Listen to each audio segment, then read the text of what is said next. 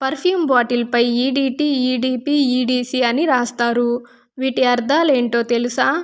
Perfume బాటిల్పై ఈడీటీ, EDP లేదా EDC వంటి పదాలు రాయడం మీరు ఎప్పుడైనా చూశారా?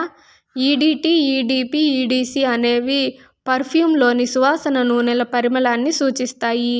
ఈడీటీ అంటే యూడీ టాయిలెట్ 5.15% సువాసన నూనె ఉంటుంది. 3-4 గంటల పాటు ఉండే తేలికైన తాజా సువాసనను ఇస్తుంది. ఈడీపీ అంటే యూడీ పర్ఫ్యూమ్ గాఢత అధికం.